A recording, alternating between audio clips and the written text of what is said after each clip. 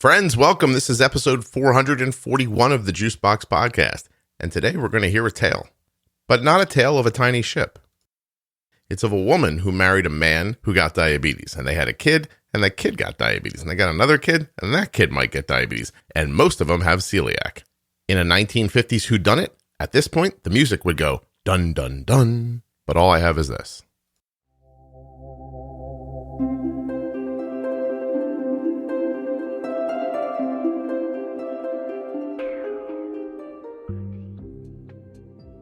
Today, as you listen to Sarah describe her life with type 1 diabetes, well, her life, she doesn't have it, but everybody else does. So, all right, today as you hear Sarah describe life with type 1 diabetes from her perspective, please remember that nothing you hear on the Juicebox Podcast should be considered advice, medical or otherwise.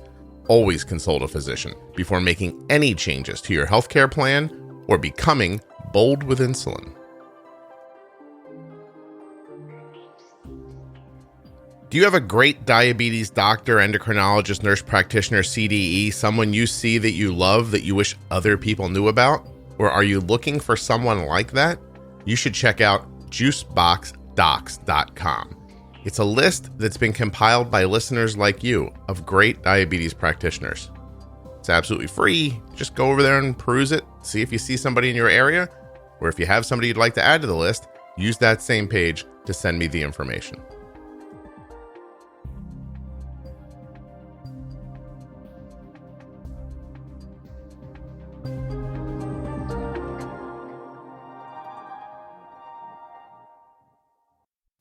This episode of the Juicebox Podcast is sponsored today by the Dexcom G6 continuous glucose monitor, by the Omnipod tubeless insulin pump, and of course, Touched by Type 1.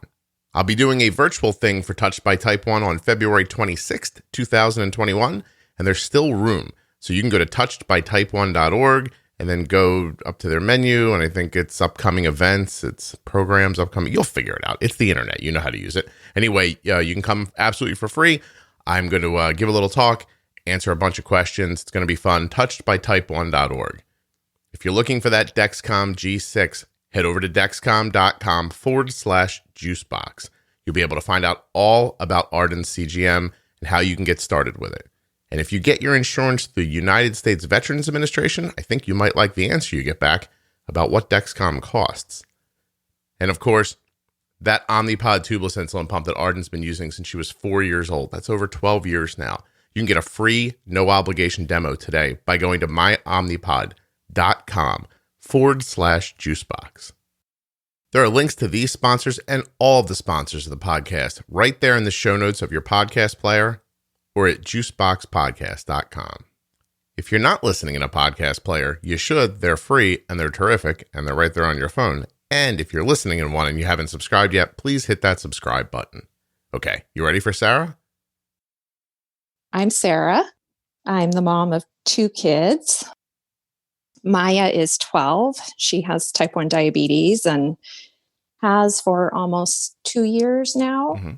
I have a son named Finn who's almost 8, and he also looks to be headed toward type 1 diabetes, but is not yet. And then my husband, Jeff, also has type 1.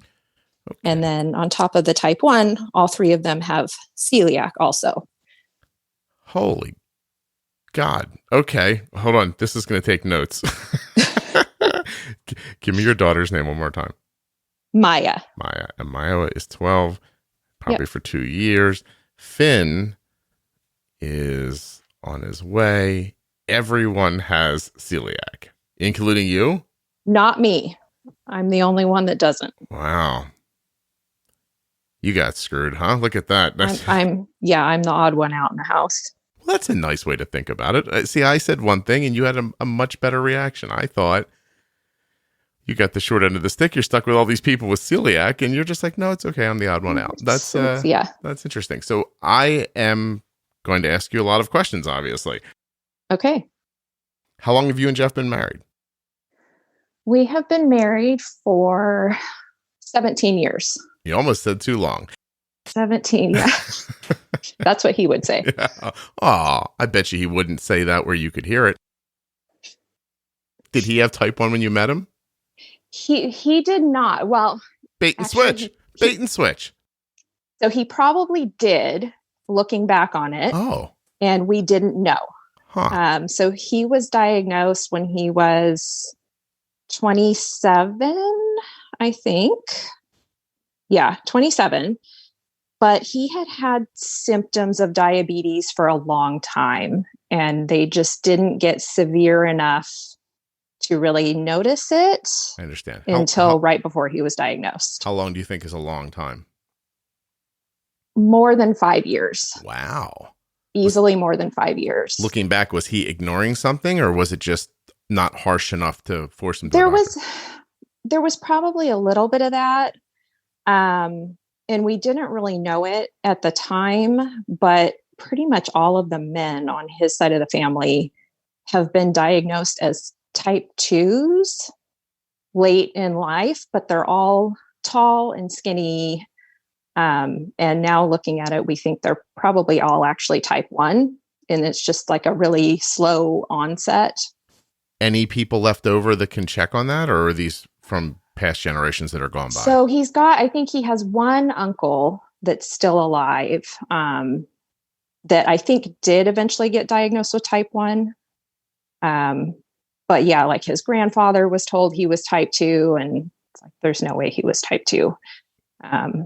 So we think it's just whatever type of type 1 runs in the family is like this really slow progressing. And then Maya was kind of the anomaly getting diagnosed as a child. Okay. Also being a female, right? Because the rest of them are men. Yeah. So she was the first female in the family. So then that kind of makes me wonder. I'm like, well, I must have some genetics on my side too that might be contributing to that. So helping, we'll say. Helping. Yeah. That's all. Okay. All right, Jeff, diagnosed 27. Now, celiac, describe for me, does it impact everyone the same way in the family, or does everyone have a different experience with it? I would say the symptoms are similar. The severity in how they react is a little bit different. Like Jeff went through a long period of time where he traveled a lot for work. So he would always get, we say, glutened on his trips. And, a lot of times it was just mild stomach issues, some joint pain. But like Maya, when she was younger, she would react so strongly. She would vomit. It was really, really awful. Wow. What kind of foods do that, just for people to wrap their brain around it? Like, throw a couple examples at me. Well, so really it's like with celiac, you have to be on a really strict gluten-free diet. Eating out is usually where the gluten contamination tends to happen. So it's like, even if we went to, can I talk about a specific chain that's really good with celiac? Yeah. What are you thinking? I should have them as a sponsor, and you don't want to give it away for free? Sure. What was your thought there? So like In-N-Out Burger is awesome. And they have like a dedicated griddle where they cook patties, and they don't cook any of the hamburger buns on that griddle. So it's like, even just that little bit of cross-contamination is enough to make them sick. So when In-N-Out says gluten-free, they mean it and they come through. Yes. Whereas other people might say, hey, look, the ingredients are gluten-free, but I did use the same griddle to warm your bun that I warmed somebody else's bun on.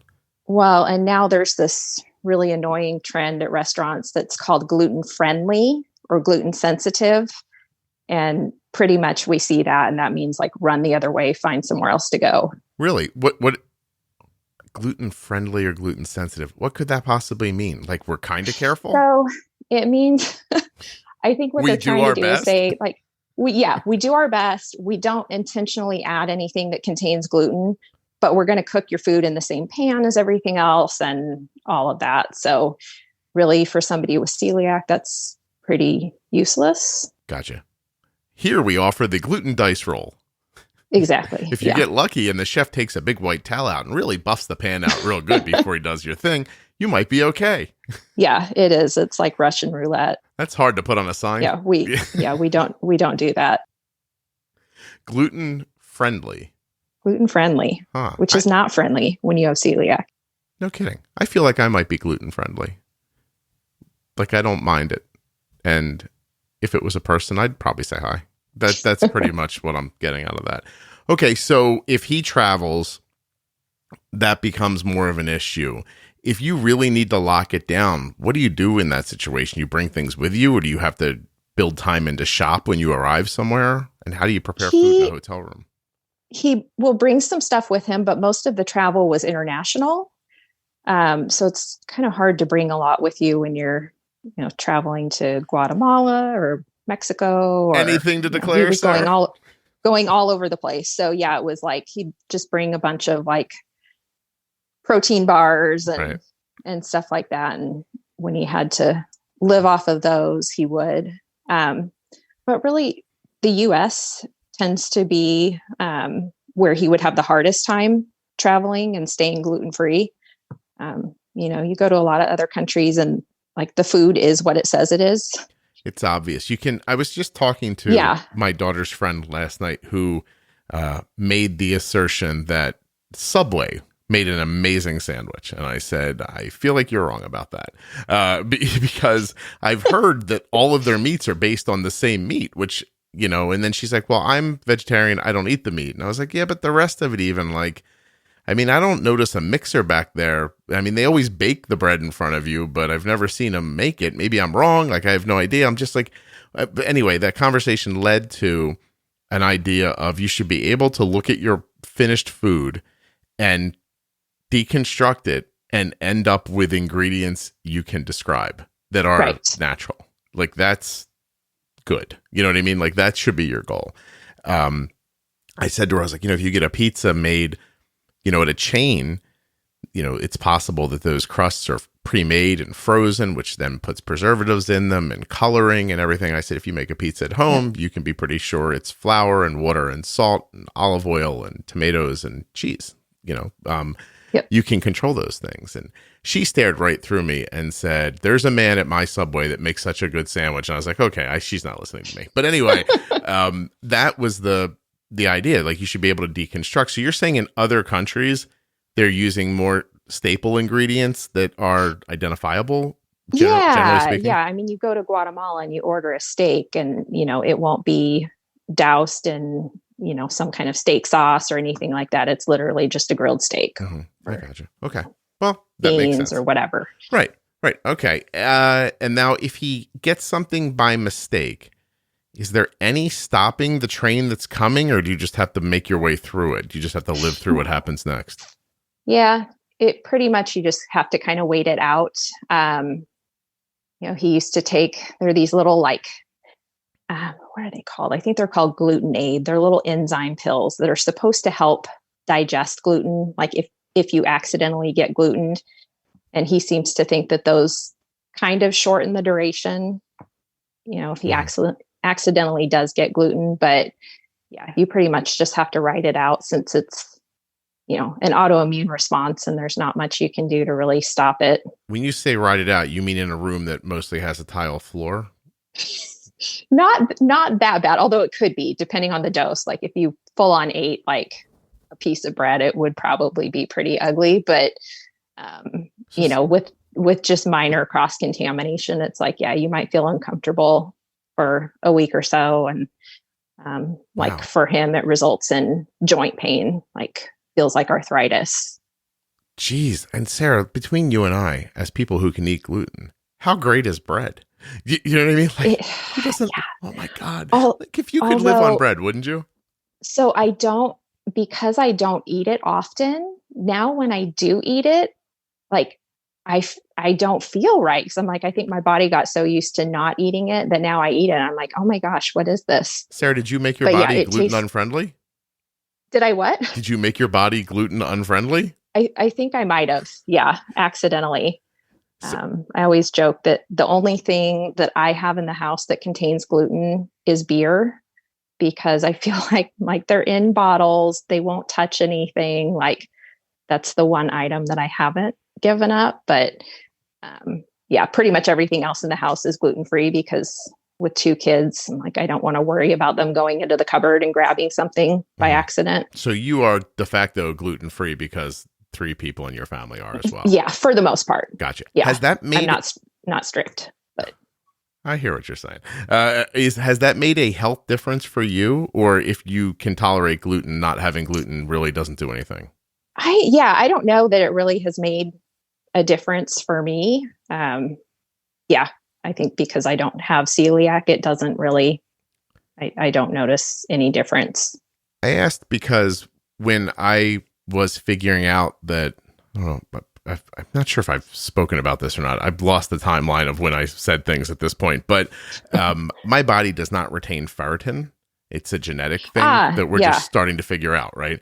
But as I was digging through the myriad of possibilities that this could be, one of the doctors says, eat gluten-free for me for 6 months. And I was like, okay. So I did it and nothing about my life got better. And I found that discouraging. I was like, I thought I would at least be taller or handsome, or just like lose 10 pounds just because I made the effort. Because I really did. Like I was eating those, if I bought bread, it was this gluten-free bread that was like $9 million for a hamburger roll. And so I was really strict with it. And then once it was clear that gluten wasn't my issue, I was like, what a letdown.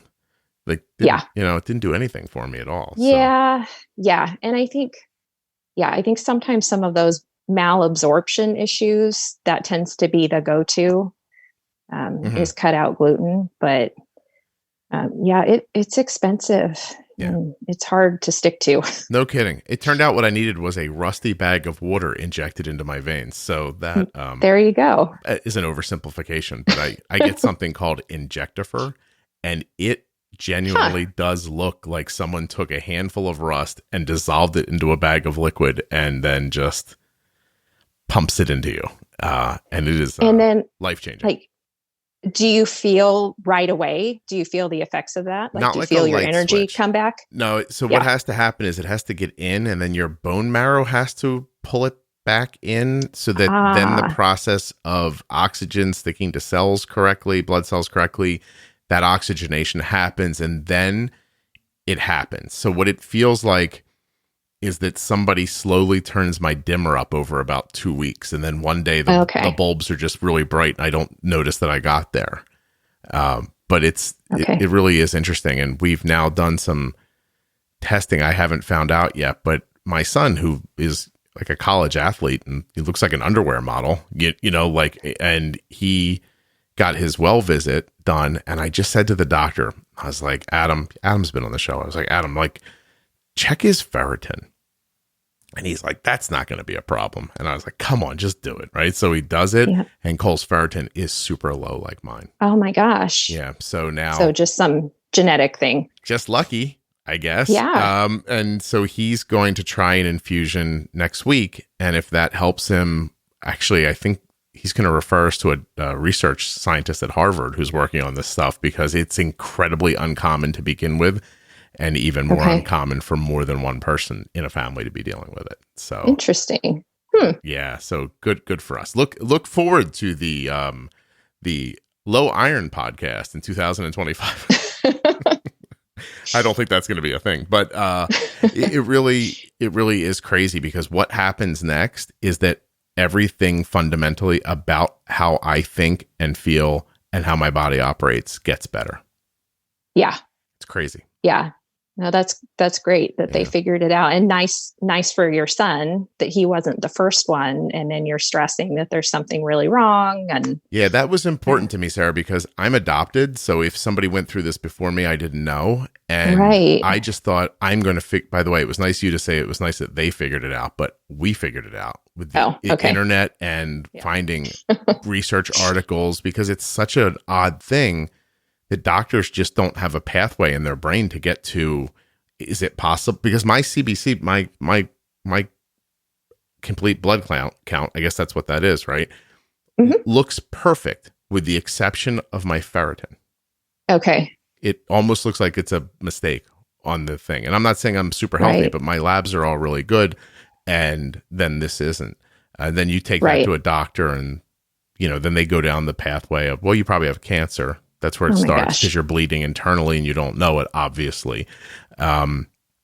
And they're like, because you're not getting your period. And I was like, no, I do not get a period. I am just a stay-at-home dad. And so, that all happened. And then I went through that entire process. And then it got to the point where they were just sort of like, well, I guess this is how you are. And I was like, oh, no. Like, that's not happening to me. Because I get really, I can get kind of shitty when it gets low. And Right. it's not on purpose. It's a really interesting thing that happens where if I get involved in a disagreement with something, and it doesn't have to be like people like standing on either side of the room going red, blue. It's not like that. It's just like if something happens and it hits me and I'm not able to prepare for it, when my ferritin's low like that, I start having responses out loud that I don't feel in my heart or think in my head. Like, Right. I come off like a real and while it's happening, my brain's going, why are you saying that? We don't think this. Like, why is this happening? And I'll stop myself and I'm like, I'm sorry, I don't feel this way. Like, I can't stop myself. And I'll get foggy and dizzy when it gets really bad, and my muscles go to jelly. Oh my gosh. And I lose my ability to digest food well. Like, everything goes to hell. It's really crazy. Man. So I have a lot of empathy for your kids and your husband, and especially for stuff like this. And because it's bread, and oh my God, bread's so good. Yeah, that was hard at first. I think actually we always joke that we think what put him over the edge for his celiac diagnosis, because that came like, I think 2 or 3 years before he got diagnosed with diabetes. But he had gotten me a bread maker for Christmas one year. And so I was making bread like every other day. And just the two of us were consuming an entire loaf of bread. So like good. every other day. Mm-hmm. And then he started getting really sick. So I think it was the bread machine that actually did him in. like his celiac friendly belly was holding on by the skin of its teeth, and you were like, I can fix this with 9 loaves of bread a month. Exactly. Yeah. Because I mean, looking back on it, he had it as a child too, but nobody knew about it back then. Like, his mom had taken him to the doctor, and it wasn't because she wasn't trying. It was just nobody knew what that was. So Jeff was just the kid that after pizza disappeared for an hour. Yeah. And, he said he didn't have any of the digestive stuff, but like his joints hurt all the time. And like, it's terrible. He's, I think 6'2" now, but he was 5'2" until he was 18 years old. And that's another one of the things that happens with celiac is kids, like, they just grow really late. Yeah. Isn't that something? Anything else? I don't mean to pile on, but anybody got hypothyroidism, or is there any other thing going on there? So he has hypothyroidism, and so does his mom. So we're kind of waiting for that one to drop on Maya. We know that'll be coming. I think that's it. Well, you're in luck, because for that side of the family. well before this posts, I'm going to have an episode up with a really great doctor for hypothyroidism. And I have been looking for that person for my wife and daughter's entire life. And I found her this year, and she's going to come on the podcast, and I am going to grill her, because no one understands it well enough. A lot of people who treat people with hypothyroidism are just saying, look, your labs are falling in a range or out of a range. Here's a pill. It's back in range. You're fine. If anything else is wrong, it's not your hypothyroidism. And that's not true. And I found the lady. I found her. So awesome. Yeah, I'm excited about that. Okay. Nuts and bolts in your day. What do you do to cook for people who have celiac? How do you what do your meals look like in a week? I don't even really think about it anymore, because it's been such a part of our life. Really, it's like most basic foods that don't include obvious wheat are gluten-free. Meat, rice, potatoes, fruit. There are a lot of good gluten-free products out there now. So Foster Farms makes these gluten-free corn dogs that the kids are obsessed with. So that's been lunch a lot of days since we've been home. Mm-hmm. I don't know. It gets easier once you've been shopping a while, but I do remember the first few trips to the grocery store. After Jeff was diagnosed, it was like 2 hours reading labels, and it was really not fun. Do you have a fundamental increase in your cost for food? Oh my gosh, yes. How much do you think? Like, what percentage do you think your bill went up having to go shopping like this? I would bet, if I had to guess, I'd say like 30%. Whoa, that's not okay. Yeah, that's your health insurance to cover that. Well, and honestly, if we weren't shopping for kids also, like Jeff doesn't eat the frozen gluten-free waffles and all that stuff. Mm-hmm. Like we wouldn't be buying those things, but when you have 2 kids, you want them to be able to eat as normally as possible and not have to feel like they're missing out. You don't want to suck all the joy out of their life just yet. But we're okay with Jeff not being happy. But the children should have some joy. I hear what you're saying. He just doesn't even care about that stuff.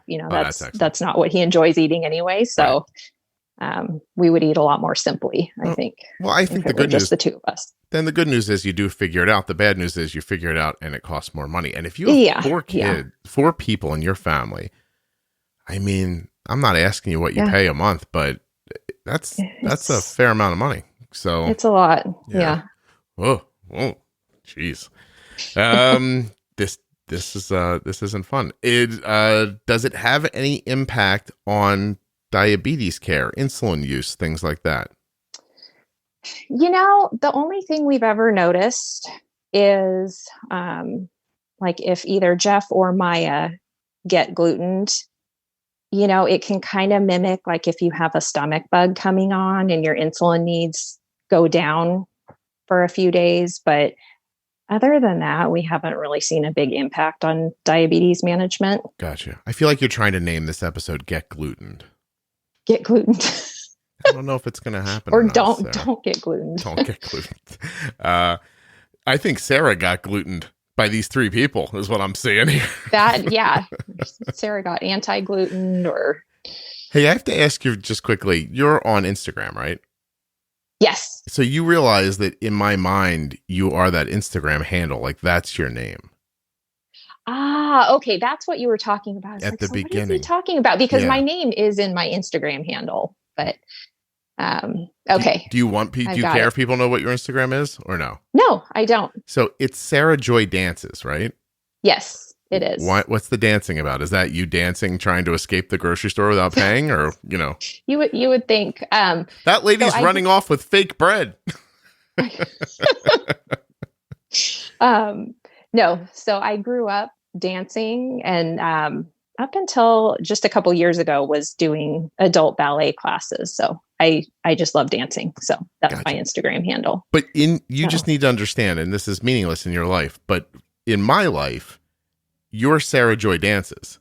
There's no, like if you paid me to know your last name, would never happen, even though we've emailed a number of times and I've seen it. It doesn't matter. It pops up in my head like that over and over again.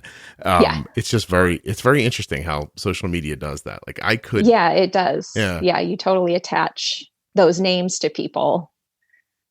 Yeah. I just think that when people say like, oh, the guy on the podcast said, I think that's reasonable because functionally, I am the guy on the podcast. The guy, yeah. I feel like they know my name and they don't care. And I feel similarly about when I meet people in odd ways too. Anyway, that's all. I had to say that out loud because there's something about I like the bounce of the words. I don't know if that makes sense or not. There's a pentameter to Sarah Joy Dances that makes me happy when I read that. So, good. I don't know if you did that on purpose. I did not. I think I chose it because I enjoy dancing, but I'm glad that it rolls off the tongue well. It also makes me feel like you're happy, even though I'm just assuming it's your maiden name. Joy? What's my maiden name? Is Joy your maiden name? Oh, it's my middle name. It's your middle name. Got it. Yes. Got it. Okay. Yep. So you always seem happy to me. Because my brain is very happy. Simple. I don't know. Yeah. Maybe less so over the last 5 months of being stuck at home. But yeah. I'm just telling you, story. In my mind, you're that little girl from the Peanuts who just is dancing and dancing and dancing and dancing. I'm sure your life is nothing like that. I'm not. No, I would say I'm not quite there. But. Do you find that now we should figure out which girl in the Peanuts is the dancing girl, or We'll figure that. Who We'll is the figure that out dancing later. girl? You know what I mean, though, right? Like Yeah. she's kind of up on her toes, Yeah. and all right. Yes. Yeah. Tell me a little bit It's- about. Don't worry about it. I'll Google it for you. Tell me a little bit about your daughter's diagnosis, please. So she has a really interesting story, and I think this is kind of why I had contacted you, with interest in coming on, because she was a super early diagnosis. And I found when she was diagnosed, I couldn't find anyone that was in our situation. So Maya, let's see, she was diagnosed in August of 2018. So we're coming up on 2 years. And the only thing that clued us in that there was something going on is we had gone to our state fair. We live in California. And the kids, right before we left, they wanted to get a treat. And so they got one of those like Dole Whip, like that frozen yogurt kind of stuff made with pineapple. And so they each had, this big Dole Whip. And then on the drive home, Maya kept saying she felt really weird. I was like, that's strange, And, the whole way home, she kept saying, I feel really strange. Something's wrong. And so we got home, and it wasn't like we were regularly checking her blood sugar normally, because we hadn't seen any signs of diabetes really ever. Mm-hmm.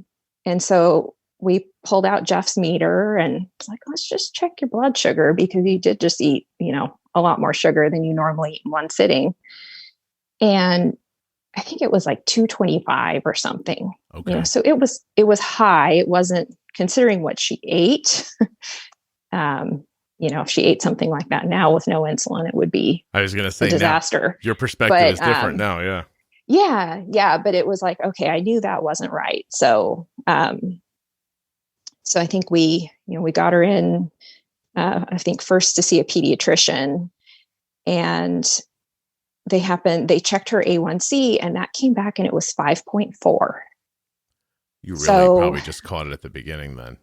Yes. So, but because we had, the incident after the state fair, we kind of kept checking her blood sugar, especially after eating carby meals, and it was regularly getting over 200. So we're like, okay, this isn't right. So I think at that point we asked for them to check her antibodies, and those were positive. So then we were able to get her in to see an endocrinologist. But yeah, it was like the strangest experience, because really her diagnosis just consisted of a normal office endocrinology visit. We went in on I think it was a Friday afternoon, because our tradition is on Friday evenings, we do pizza, and we eat dinner on the living room floor and watch a movie. And so I remember it was Friday because it was pizza night, and they literally just sent us home. They're like, here's your prescription for some insulin. We want her to take, this really small amount. I think they started her on it was like a 1:50 carb ratio. No basal at first. She took no long acting for probably 2 months. And we went home and picked up the insulin at the drugstore, and did you get the pizza and sit on the floor? Yeah. Question about that. This is very important to me. It's going to seem like a sidebar to you, but hardwood or carpet? So we have hardwood, but there's a big rug down. Okay. Pets? Yes. Dog? So we have one dog now, but at the time we still just had one dog at that time, but it was a different dog. Would you like a bizarre look into my mind? I would love to sit on a rug, but when I own a dog, I can't bring myself to do it. There you go. There you go. That's it right there. That's the entire ball of wax. I'm like, I don't know. There's hair down here. I don't want to be a part of it. So I do have to say, and this is going to sound kind of gross. Finally, say something gross, Sarah.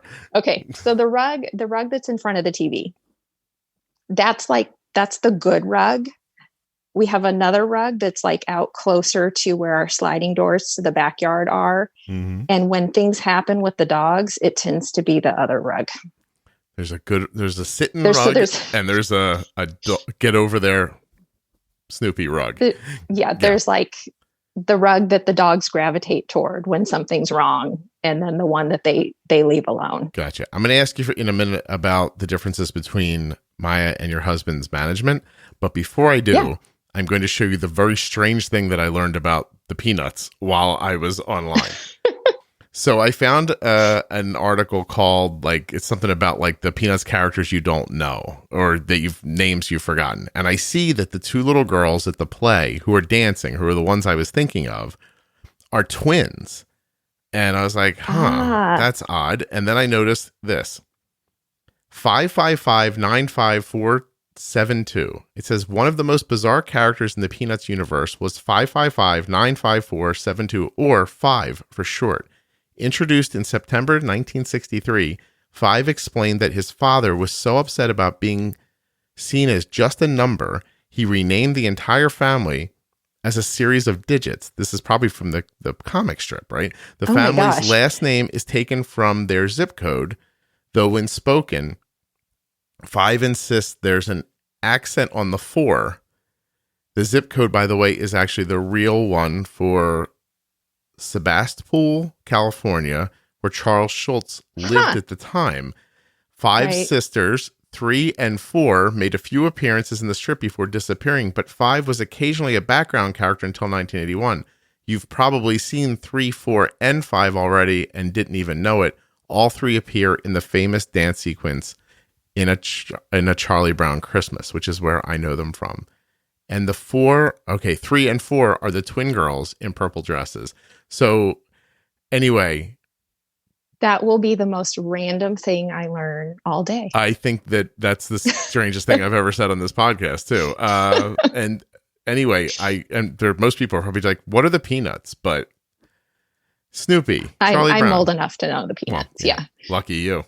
Celiac and old. Right.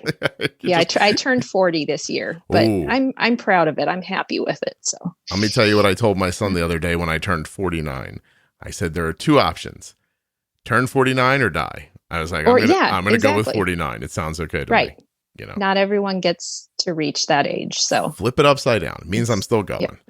Not that 49 is old by any point, but you know, when your kid's 20, they look at you like you're 1,000 when you say you're 49. So yeah, a lot of fun.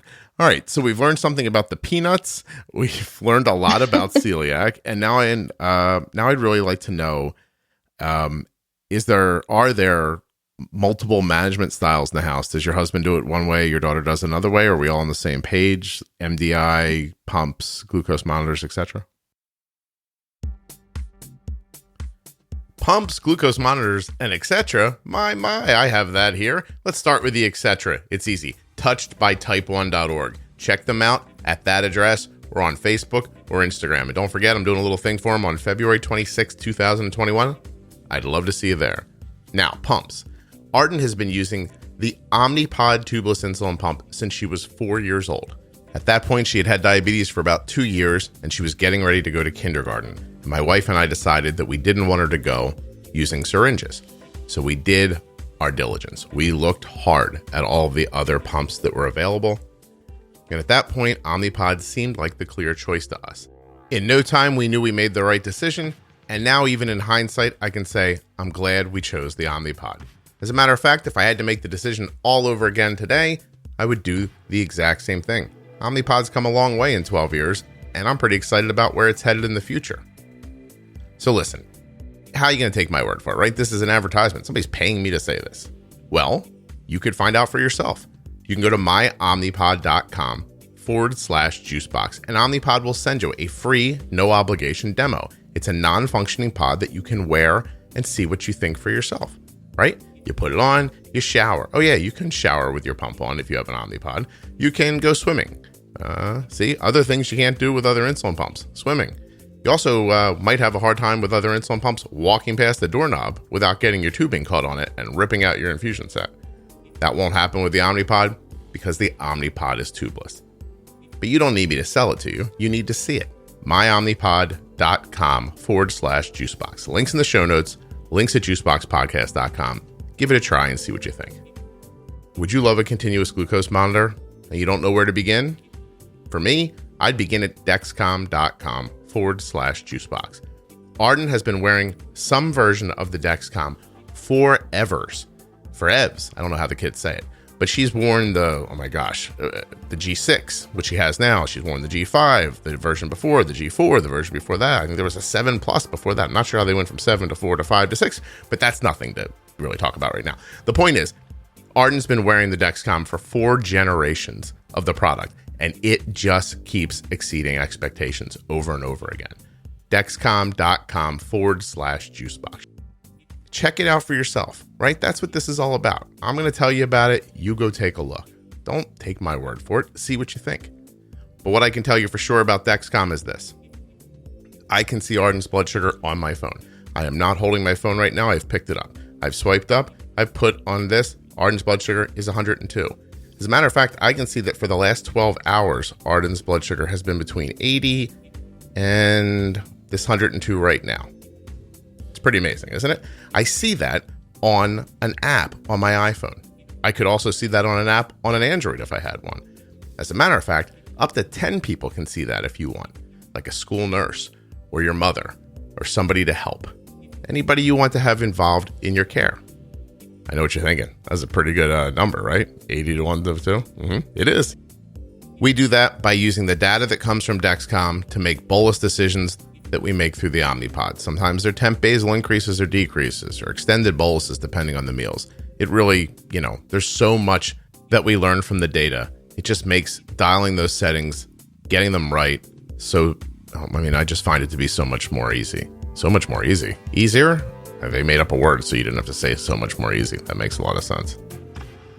Listen, our results are ours and yours may vary, but I know one thing for sure. Having great tools and knowing how to use insulin is the basis for success with type 1 diabetes. Get yourself a free no obligation demo of the Omnipod today at myomnipod.com/juicebox and learn more about the Dexcom and get started at dexcom.com/juicebox. And of course, don't forget touchedbytype1.org. Back to Sarah. Sarah? I'm having trouble talking. So my husband has always been MDI.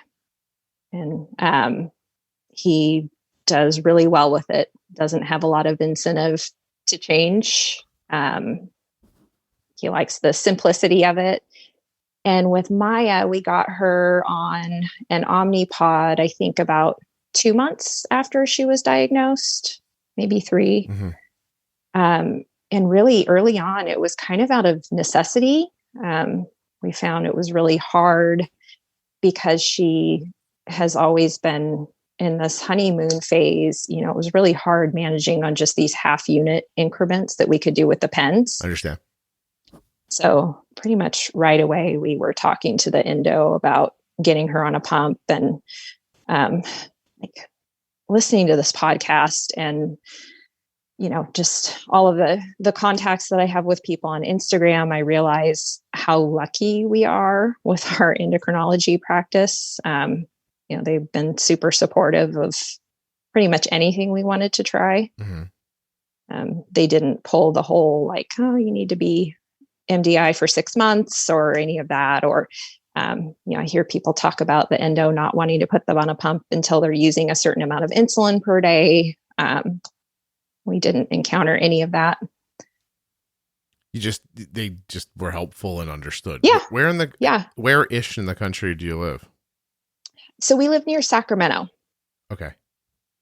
So we're kind of right in the middle of California. The hospital that we go through, it's a research hospital. So I think the mentality is a little bit different.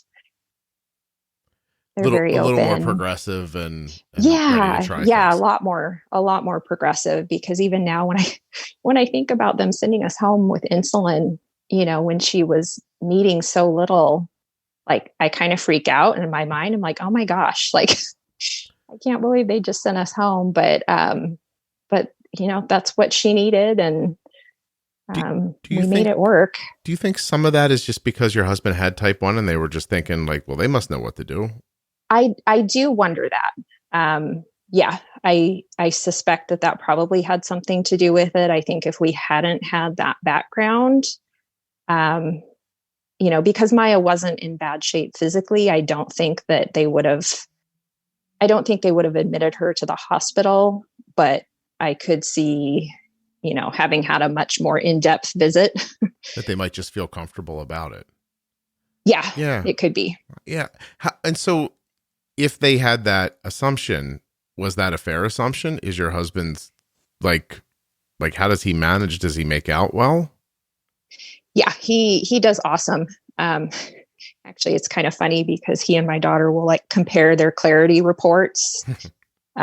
And I think his A1C might be sitting just a little bit lower than hers right now, but I won't show her that because she'll get competitive. Oh, that's interesting. But yeah, he manages to stay under 6 on MDI. That's excellent. So yeah. Does he, and it sounds like they're looking at clarity, so they're paying attention to time and range and all that stuff. That's excellent. Yep. So it's a healthy competition then, do you think? It is. Yeah. No, they don't get too weird about it, but nobody flips out. No. Stomps off the field. They don't fight at the 50-yard line or anything like that. No, okay. Nobody peels off somebody's Omnipod or, It's like, I'm ahead of you now. Your blood sugar is going to go up. I'm going to win. That probably wouldn't be okay or healthy. But I think so they have this in common. Do you notice a bond with them that wasn't there before or that's stronger now? I do. Yeah, I do. I think that's made a really big difference in Maya's ability to cope with it, is knowing that she's not the only one in the house. I think that's been huge. I think I'd have to agree that seems like a bonus, honestly. Now, actually, I think if I talk about it too much, I'll start crying. But if you start crying, but yeah, just terrific. having I could use some tears. It's good for the podcast. He's a good role model. Does it make you sad? Go ahead. He's shown her, that it's important to pay attention and care what your blood sugar is. And, not that you have to deprive yourselves of things, but, every once in a while, there are going to be circumstances where it's like, oh, I really wanted to eat ice cream right now, but I should really wait. Let my insulin kick in, right? That kind of thing. While you were talking just now, I devised an incredibly mean way to make you cry, and I'm not going to do it. I just want you to know that, but I could have if I wanted to. I was going to start with terrible strife in the world, go to global warming, ask you if you ever think there's going to be an end to this COVID-19 pandemic. Yeah, there's a lot right now. Yeah, and then I was just going to ask you again about the connection between your daughter and your husband, and then listen to you cry. And right, yeah. No, that would be a good way to do it. Well, I don't need you to cry, and it's a beautiful thing. I wonder this because you said. And I need to dig into this a little bit to ask the question, but you said you think Finn's on his way. Did you have his antibodies tested? So the interesting thing with him, he is antibody negative right now. Okay. However, he goes through phases and they seem to come and go where he has blood sugar regulation issues. So our endo pretty much thinks... So I was always under the impression that usually the antibodies preceded the blood sugar management issues, but I guess it can actually go the other way around also, where sometimes people will actually have trouble regulating their blood sugar before the antibodies show up. So that's essentially what our endo thinks is probably happening. No kidding. So for him, we just kind of have to keep an eye out. So we get his A1C checked a couple times a year, and the antibodies. So right now it's like he's been sitting at about a 5.6, 5.7 A1C. Got it. So it's like just bordering on that pre-diabetes range. I have a question here and I don't know how to form it. How does it present? Low blood sugars or high blood sugars? And does he feel it? High blood sugars. Yeah. And he'll feel it. He actually says he feels shaky, which is kind of funny. But yeah, it's like there've been a number of times where he's like, yeah, I feel funny. And we check his blood sugar and it can easily be, 180. He's had times where he will hit 200. So when he's going through one of those phases, we just kind of have to watch the carb intake. How long do they last, the phases? It seems like it's been like in 2 or 3 month little stints that seem to happen. Like he'll go through a phase where we have to really watch his diet, and then we'll go through a phase where it's like nothing's wrong. You took me by surprise there. I didn't think you'd say that long. That's interesting. Yeah. It sucks. I'm sorry. Will he wear a glucose monitor if it happens? Yeah. So we actually, when this first started happening, or when we first caught on to it, we had hoped to get approval, even just for short term, to just throw a Dexcom on him and see what was going on. But, without a type 1 diagnosis, the insurance companies won't cover it. So that was nice of them. Yeah, which is fine. I mean, he doesn't seem to mind the finger sticks. Actually, he's funny. It's like he's very much an engineering kind of mindset, and he likes data. So he actually he enjoys pricking his finger and seeing the number and like, oh, what does that mean? How old is he again? He turns 8 on Saturday. So we're 2 days away from his 8th birthday. Well, congratulations and happy birthday. Thank you. The acceptance part, does he think he's getting diabetes at some point? He does. It's been kind of tricky to talk to him about it, because we don't even know what's going on. And so, we just kind of have to say, it looks like you might have diabetes, like Dad and Maya someday. And, he seems generally okay with it. Sometimes less than others, but yeah, I don't see where I would be okay with it. It's tough. Yeah. Or any bad news that somebody crystal balled me with. They were like, oh, guess what? When you're 35, hair is going to fall out. Don't worry. Isn't it good that you know? No, I don't think so. So that sucks. But then again, it's like you look at our household and, the 3 of them have celiac. So if the 3 of them have diabetes, it's like, you've got good company. Well, you should at least have a clan of people there who understand how to support each other in that. And, exactly. And how to manage well. Yeah. Probably going to be really interesting. I'm going to need to keep this podcast going another 10 years at least. I'd like to have Finn on when he's getting ready to go to college. Yeah, that's my new goal, by the way. 10 years to get Finn on right before college. I want to hear this story from him. Let's hope. Yeah, I'm like, if we can delay it as long as possible, I'm happy with that. I would like to get him back on and have him go, I never got diabetes. I just, they figured out something else. That would be fantastic. Yeah, that'd be pretty cool. But that's super interesting. So I think as we enter into the last quarter of the hour, after hearing all of this, I got to understand if you're okay and what you're doing for yourself. Yeah, I mean, I think you just smoking a lot of weed or something? Like, what do you do exactly to relax? So funny that you mentioned that. Not that that's what I'm doing to cope. But my husband, Jeff, he's actually a commercial hemp breeder. So he develops high CBD varieties of hemp. And he also works on lettuce and a little bit on raspberries. So yeah, he's a plant breeder. So lettuce, raspberries, and hemp. Yes. And he comes home smelling like hemp. Sorry, you got to slow down. What you said gives me questions. What do you go to college for to do that? So he studied plant breeding. So for many years he worked on melon, and then he left to work at a small company where he now works on multiple crops, and including family, including him. Bunch of hippies. Like, how do you I think about how much money I send to college, and if Cole told me I'm going to really dive deep on plant breeding, I'd be like, That doesn't sound like you're getting my money back. But it seems like, first of all, Jeff's doing really well, and it's just something that I don't understand. But that's... Yeah, it's a super cool job. Yeah.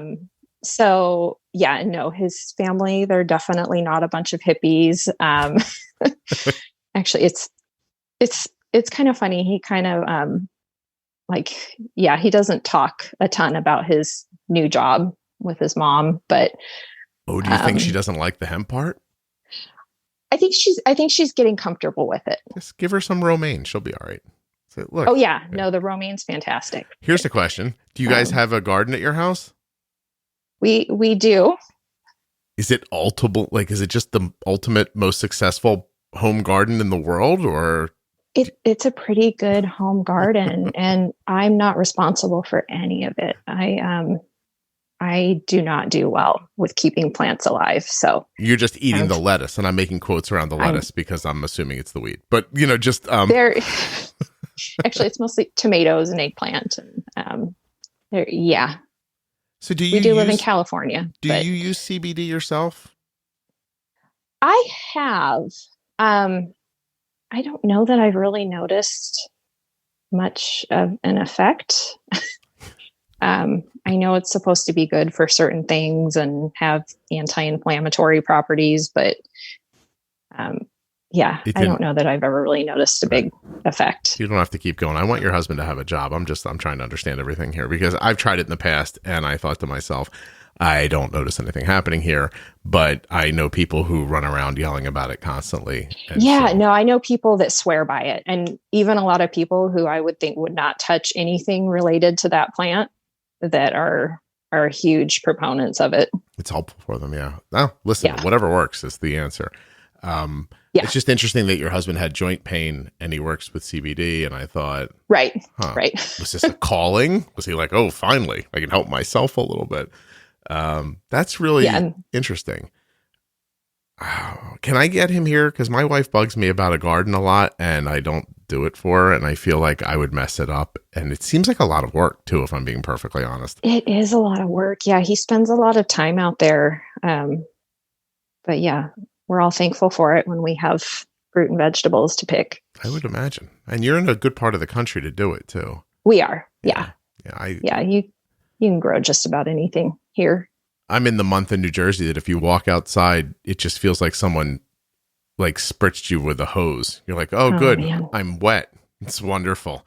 We don't have that humidity here. It's hot, but we don't have the humidity. Cole had a game the other night and it went forever. It ended at like 11:15. It didn't start till like 8 and the humidity never broke all night. It was just like 89% humidity the entire time we were standing out there. The kids were soaked and it was unpleasant. And it was like, I got home. My wife's like, hey, do you want? I'm like, shower, getting a shower, please. Getting a shower. Talk to you afterwards. It was terrible. I really want to go somewhere with low humidity and not too much snow. That's where I would like to live out my days if I can find that.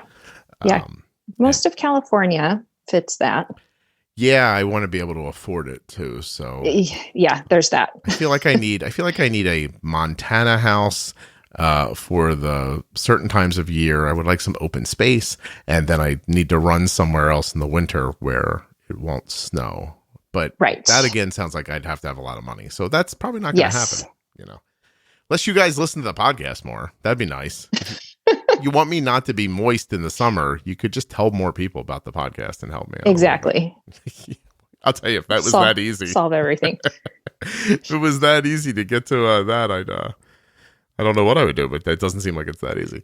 But no, seriously, so we never really got to how you chill out. Like, what do you do? What do I do? I exercise a lot. I think that's been one of the upsides of working from home and having kind of a different schedule that's not quite as rigid as when we were having to get everybody out of the house. Is I can throw on my headphones and go for a long run.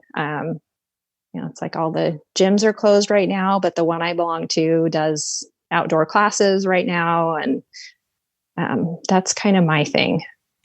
If you didn't have that, and I am probably going to at some point make you cry here, but if you didn't have that, would you think you'd be overwhelmed with the idea of this isn't fair? Or, I mean, how does it feel when it really hits you viscerally?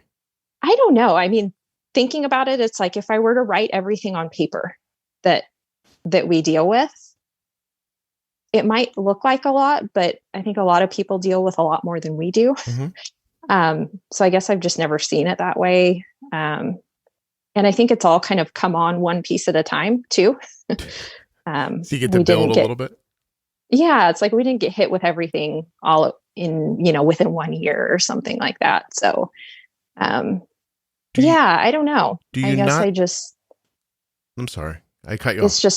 It's our life. And I guess I just haven't seen it. So I guess we have our challenges that we deal with, but then I see my friends and they have their own challenges that don't pertain to diabetes or celiac. It's like they have totally different things going on that are equally as challenging. Yeah. No, I don't mean, so I think there's a couple of interesting thoughts in there. One is the idea of like other people have it worse, but I don't think other people's bad stuff makes your bad stuff not hard. No. But so do you use that? Is that sort of a crutch, like to say, look, other people have it worse, so I'm not going to let myself feel bad about this? Or is that a real kind of just life motto, like keep going, things are okay, do you think? It could be kind of a defense mechanism.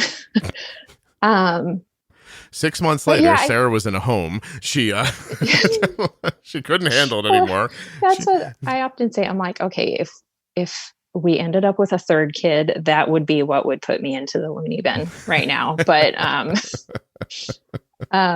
no, I don't know. And I think so I'm a scientist, and I think I'm just very like, I see things kind of in a practical way.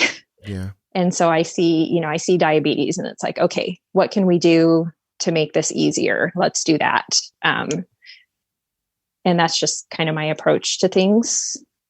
And I think that helps. It kind of takes some of the emotional component out of it. That's excellent. I mean, it's a lot going on, whether like you said, writing it down might look worse than living it, but it's still a lot. There's time that's lost. There's energy that's lost, and all this stuff impacts other parts of life. And I've done it, and I'm sure other people have done it too. You sit back, and it's almost like paying your taxes, right? You're like, what would I have done with that extra money? Like, what would I do with that extra time or energy, or not having to worry about things? Like, I wonder what I'd be in that space. I'd probably just be watching television, but I like to imagine that I'd be doing something amazing. Your brain gets so good at dealing with diabetes at the same time as everything else in life that you just don't realize how much time you're devoting to it, because it becomes second nature. But all day long I'm glancing down at the Dexcom app or Night Scout, and even if I'm not having to do anything to intervene, it's like it's just always there. How involved are you with Jeff? From your description of how he manages, I would think he's not looking for help, but I'm wondering. Not at all. I mean, I have him, on Dexcom Follow, but he just takes care of it. And I think, it was kind of funny when Maya got diagnosed. I thought like, okay, I know a little bit about diabetes because of Jeff, but he doesn't talk about it a lot. And so I think I didn't realize, like, I knew nothing about the nuts and bolts. And so I thought I knew more than I did. And, it's like it only took a couple days to realize that, I'm like, oh my gosh. Well, do you know an episode went up today with a woman who said the exact same thing about her husband? Okay. Yeah, just the exact same thing. And then her child was diagnosed, and then it made it more of a thing that was spoken about in the house. But yeah. I mean, he's always just dealt with it. It's like if he has to take 3 or 4 injections to correct a high blood sugar, he just does it. Mm-hmm. He doesn't whine about it. Does it ever impact his mood? And is it hard to remember for you when it does? I think the only times I really notice it is if he's low. Mm-hmm. Like he'll get a little chippy. Can he hear your loving wifely direction when you're telling him that when he's low, or can he not respond well? It's usually best just to not say anything. Okay. No, he doesn't go like, it's not like one of those slowly I turn stories of people. People Yeah. that like totally turn into a different person. And no, it's not anything like that. But you don't bring up money or vacation plans or anything like that in those moments. Definitely don't bring up anything that's touchy. Yeah, that's interesting. I mean, I just, again, it's something that you have to consider that I don't think that most people would believe. It's almost like when you have kids and you're like, you need to say something to them and you think, hey, you know what? They're upset right now. Now's not the time. Or they just got home from school. I'll let them eat something first. It's just another one of those things, to me at least. Like, you just don't, and life doesn't always like do that. Like, sometimes you can walk into a room thinking, we need to buy a new washer and dryer, and I need to say that out loud so that we can get this process going. And not everybody has to look up and think, I wonder what Jeff's blood sugar is before I bring up buying a thing that no one in the world wants to buy. Exactly. That kind of stuff. I just find it really interesting. And I think more so because of the iron thing, because now I have this appreciation for the fact that my personality changes when my iron gets too low, and that I didn't know that. And I'm grateful for the knowledge, because otherwise, I mean, imagine like if this was 200 years ago, I would just be the guy who gets mad for no reason and sleeps more than he should, and then that's my story forever. Right. That's who I am. And it's unfortunate that you had to do all the research yourself. No, the internet wasn't that tough. By research, I mean, I sat in this chair and Googled things till I found out what to do. Yeah. But you think about people who wouldn't think to do that, or would come up into the first answer that they get. And I guess maybe I have diabetes to thank for that a little bit, honestly, that I didn't accept the first thing they said, Well, yeah. I mean, I think about that every day. People that I meet that have diabetes that are having a tough time, because they go with what the endocrinologist says. It's like, it doesn't have to be that way. Yeah. No, you can keep looking and learn more things. And I mean, the podcast is a good example of that, really. Yeah. I didn't ask you at all, but do you like this podcast? Like, why are you on it? Yes. Oh. Yeah. No, we definitely listen. This was like, I think probably what helped me the most in getting off the ground with helping Maya. I'm glad. Because it's like, I knew nothing about, the nuts and bolts of managing diabetes. And all we had was the information that we left the endocrinology office with, which is pretty much that standard, like use this much insulin, treat a low with 15 grams of carbs, that kind of thing. Yeah. Which I in no way want to belittle the office that we go to, because they are fantastic. And I know why, they probably only give you that much that first day, but yeah, it's the problem tough. is when the first day turns into the 6 months and then you don't know much more than that. And you've only seen them for 30 minutes so far, and you're trying to figure things out, and things are happening every hour and every minute.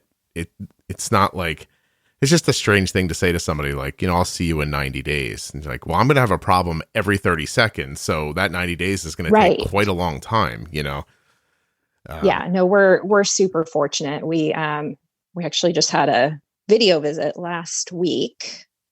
And I was so nervous because we started looping a couple months ago. Mm-hmm. And our office is, they're super, super supportive and always have been. And I think one of the nurses is actually looping herself. And so I didn't think it would be a big deal, but still, it's like there's always that anxiety that, they'll be nervous about it or not want to help you with it. But they were super excited for us, and even offered to help us if we need it, which I think is almost unheard of from what I've heard people say. Yeah, that's a good office then, for sure. Yeah. Good for you. No, they're awesome. I mean, honestly, for somebody with, let me just count real quick here. Celiac, type 1, hypothyroidism, celiac, type 1, celiac, probably celiac. 1, 2, 3, 4, 5, 6. For a person living with 7 different ailments in their home, you're doing great. Like you really are. Yeah. Like, anything wrong with you, by the way? Knee doesn't bend right? Anything? I have some of my own autoimmune issues, but it's not celiac and it's not type 1. Gotcha. So yeah, I have other stuff going on. So hopefully that doesn't also make its way into the kids, but that's TBD. Well, at least you'll have plenty of weed for them if they really are suffering at the end. That's true. I don't want to ask you, isn't it funny? Like I had no trouble asking you about 3 other people's health concerns. And then when you said I have other things, I'm like, oh, she doesn't seem like she wants to talk about those. I won't ask what they are. So it's funny because I don't mind talking about it all. Okay.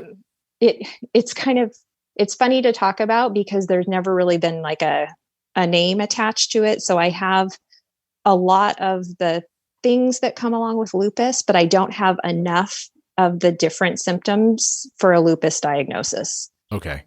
So I kind of have like lupus light. What are the symptoms that people would know? So I went through a lot of years with like constant fevers, just like general signs of inflammation in my body. Fevers all the time, like achy skin, like almost when you have the flu, and it hurts when your clothes touch you. That kind of thing. Yeah, it was just kind of a bizarre set of symptoms, just like constant fatigue. Yeah. That sucks. Jesus. You guys all found each other. It's good. It's good that you found each other, honestly. It is. Yeah, no, this is a nice support system here. Somebody who doesn't have any symptoms of anything might be like, I like Sarah a lot, but she says that her shirt hurts her arm, so I'm getting out of this.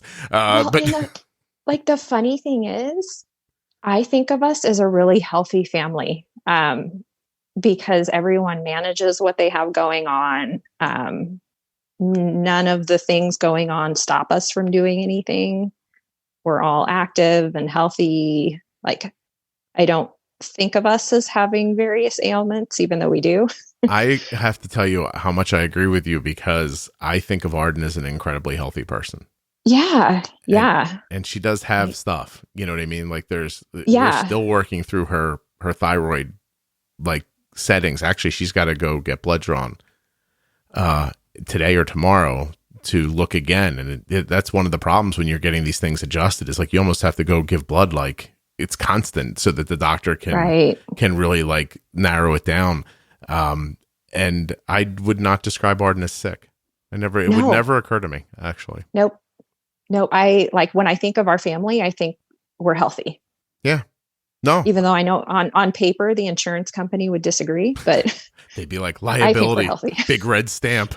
Let's get these people out of here somehow. I agree with you. I have a very similar, if not exactly the same, feeling. I think that it's probably a bit of a fallacy that people go through life with no problems. I think some people's problems are just a little more persistent than others sometimes. And, to think that you somehow got shaken out of a perfect life, it was this or something else, like you weren't, it just wasn't going to go that way. Especially, and I don't want to I'm not going to get on a soapbox or anything, but we make a lot of processed foods and there's a lot of factory farming in the United States. There's a lot of people here we're trying to feed, and there's a lot of fast food for people who can't afford more. And so there are good reasons for everything that exists, but it's just not natural. And I think it's been hard on us. For sure. And I think that you and your family and probably my family and a lot of other people are seeing what happens after, a couple of generations of red dye number, whatever. Don't worry. Who knows? It's just like as good as something else. I've read that the incidence of type 1 is going up, but they don't really know why. Yeah. Well, I mean, the incidences of a lot of things seems to be rising. And, sometimes you could look at it and say that there's more people on the planet, but, I don't know how to argue with the idea that there are things that we eat that aren't food and that can't possibly be good for you. Right. So, Twinkie shouldn't last for 100 years. And if it does, probably shouldn't eat it. So No, and thankfully those are not gluten-free. They don't make a gluten-free version of that, so I don't have to buy those for my kids. yeah. Well, I'll tell you, it's a video somewhere you can find online, but I think it's a McDonald's cheeseburger that someone leaves out, and it never appears to age. So you leave a real cheeseburger out, and bugs want to eat it, and it gets really disgusting, and it starts degrading. But apparently, not a McDonald's cheeseburger. It'll hang on forever. Oh my gosh! Yeah, that's just wrong. Yeah, not okay. And by the way, McDonald's makes the best fast food French fries of the fast food restaurants, in my opinion. I'm just saying they also have silicone in them, apparently. And I should probably McDonald's. Yeah, they're not super celiac friendly. So actually, my kids have never eaten McDonald's before. Well, that's good. Yeah. Yeah, I think that's very good. For an American, it's kind of weird. There's, let's see. This is an article from, it's so funny. If you Google McDonald's fries silicone, it's like there's an article from 2015, it's a while ago, that says something about, let's see, 14 ingredients in McDonald's fries, including petrol-based chemical and form of silicone found in silly putty. Oh my gosh. And then there's another one that's only a couple of years old. Scientists say chemicals used in cooking McDonald's fries could help cure baldness. So, hey, listen. Jesus. I mean, give a little, get a little. But more interestingly is that the third return is from McDonald's, and they've been pressed to put up a thing about silicone. Do you use silicone polymer in your frying oil as an anti-foaming agent? Yes. Ugh. Minute quantities of, dimethyl polysiloxane are present in our oil. It's a food grade additive. Blah, blah. I have to tell you, one of the things I've done for my own health this year is cut out processed, any processed or heat pressed oils. I only use cold pressed olive oil. I stopped using canola, which I lived my whole life thinking was somehow better than oil.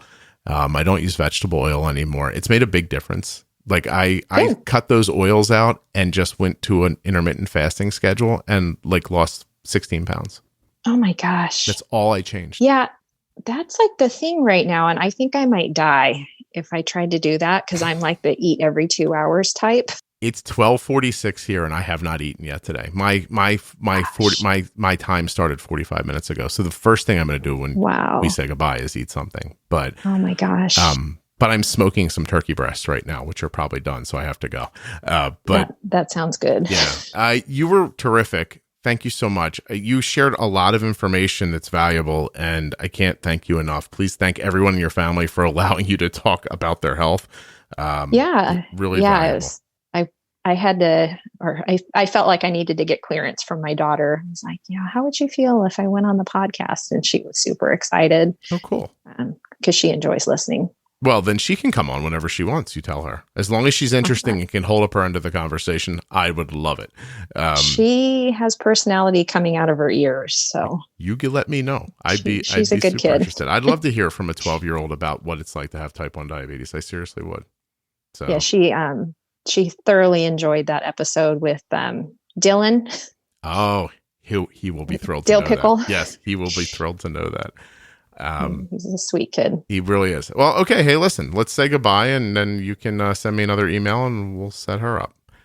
All right. Cool. Thanks so much for doing this. Yeah. Thank you for having me. I enjoyed talking to you. Hey, you were terrific, and your connection's very clear. So bonus. Oh, good. Good. Because I'm on my iPhone in the bedroom trying to stay away from all the noise in the rest of the house. It's crystal clear. It sounds terrific. So thank you so much. Thanks so much to Sarah and her whole family for allowing her to come on and tell the autoimmune apocalypse story. Thanks also to Dexcom, makers of the G6 continuous glucose monitor, to Omnipod, makers of the Omnipod tubeless insulin pump, and of course, touchedbytype1.org. Please visit the sponsors. Check out those links in your show notes. Subscribe in your podcast app. Tell a friend about the show. Dun, dun, dun, dun, dun, dun, dun, dun, dun. Are you looking for those Diabetes Pro Tip episodes? You can check them out right here in your podcast player. They begin at episode 210, or you can find them at diabetesprotip.com. At that same link at the bottom are all the Defining Diabetes episodes. Right now, the music's just going to fade out, and I'll be gone.